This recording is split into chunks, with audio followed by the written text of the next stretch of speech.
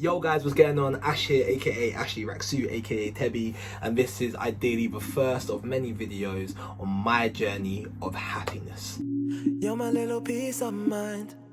You're my little piece of. I've been going through it for some time. Got some shit I can't speak on. With the discipline to be happy, maintaining the discipline to be happy. So what does that even mean? Well, it means that after like a turbulent time period over the past few months, I've been super happy. Like, I'm in such a blessed position, and I thank you all for contributing to like my spirit and my aura being mad vibrant right now. But one of the things that I've realized when I really stepped back and I was like, right, okay, why have I been so happy, is that I did loads of things that made me happy. Over the past few months, there's been a few goals that I kind of set for myself, and I've just started to work towards them. And I've spent loads of time improving myself in areas that I wanted to, and naturally that's kind of made me happy. And as I sat back and I really started to deep it just hit me, and I was like, yo, Ash, you're just a donut. Like, if you've been doing all of these things that you're doing now for the past year, even when the uncontrollable stuff was going negatively and wrong, you still would have been happy. Because when you've done half an hour of piano practice, half an hour of singing practice, and you've gone to the gym, even if everything else about the day's gone crap, you still go to bed feeling good about yourself because you know that you've contributed to you having the future that you want. So then I was like, yeah, happiness really isn't a passive thing. Like, happiness isn't this magical mist of fog that just comes over you out of nowhere. And it's also not a magical present that Santa throws down the chimney. You have to actively walk towards and work for. I mean, you look at the things that make you happy. Like, I mean, if I look at my friends, I've got some amazing friends, but I have to maintain that relationship and choose to go and spend time with them. If I look at playing basketball, I had to find somewhere to play, sign up to the team, and obviously work at it to get better at it so that I can enjoy it. So happiness is not passive. Happiness is active. You have to actively do things to make you happy. You have to actively go to environments that make you happy, and to try and live a lifestyle which you know you're going to be happy with. But that's obviously easier said than done, because to do something that will change things in your life can obviously require quite a lot of effort. So if I say if I wanted to be a racing driver, obviously I can't just go join Formula 1 tomorrow. That would take years of practice and effort and learning and all the rest of it. And everything seems like it's so far away. Similarly, I really have a desire to be seen as a top songwriter. I can't just snap my fingers and make that happen. But I was like, what if I just break down all the goals that I have into little bite-sized chunks that I can actually try and do on a day-to-day basis? What would happen then? So that's what I've been trying to do over the past couple of months. Some of my goals are to be valued as a songwriter, and so to do that I need to get better at the piano. So it's, can I practice a little bit of piano or learn something new about music every single day? Can I do my vocal exercises on a daily basis so that my voice gets stronger? I mean, if I did that every single day for the next 12 months, imagine how much better my own voice would be. Can I stretch more, do yoga, make sure I'm going to the gym or doing my cardio?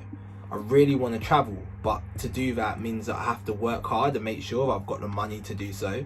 Also means I actually have to plan where I'm going to go, and the way that I want to travel, I want to be able to embrace different cultures, and if I'm going to do that, then I have to know a little bit of a language too. So for example, in January I'm going to Colombia.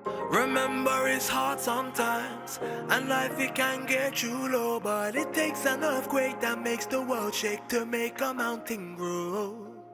Can I make sure that I'm learning some Spanish? I mean, it could literally be as simple as Duolingo every single day, just doing 3 of a little task there. And if I'm watching something on Netflix, do I watch it in English or can I watch it in Spanish instead, just so that I can start planting the seeds in my own mind? Diet. You are what you eat. Everybody's heard the phrase, it's a fact. We all feel better when we eat healthier. So why don't I stop eating cookies? I eat more cookies than I do vegetables sometimes. It's ridiculous. So how good would I feel if I just stopped that? So these are the things that are kind of going through my head. We've broken it down into playing the piano, singing practice, writing every day, shooting a shot musically, asking somebody for something that makes me uncomfortable but will help Rak-Su. What happens if I did at least 3 of them every single day for the next 12 months? Only 3 of them. My singing practice takes about 20 minutes. Duolingo, 10 minutes. Me making sure that I didn't binge on sugar takes no minutes. So I could complete this with half an hour a day. Or if I wanted to add in half an hour of piano, that's an hour's worth. If I wanted to add in an hour of songwriting, that's 2 hours worth.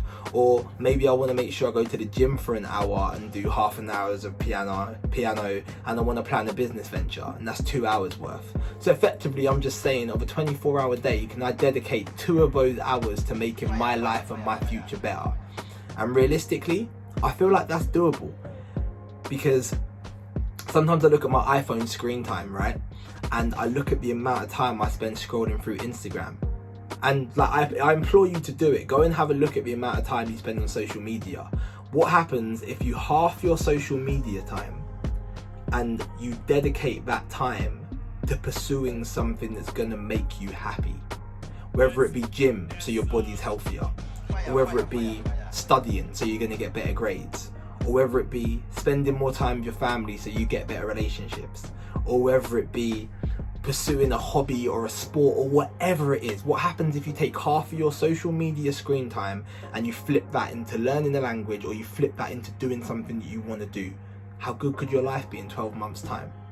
If in 12 months time I'm doing a video to round up and I've had a super successful 12 months, I'm starting to realize more of my dreams and I'm in a really happy place, and I'll start to preach this from the hilltops to everybody.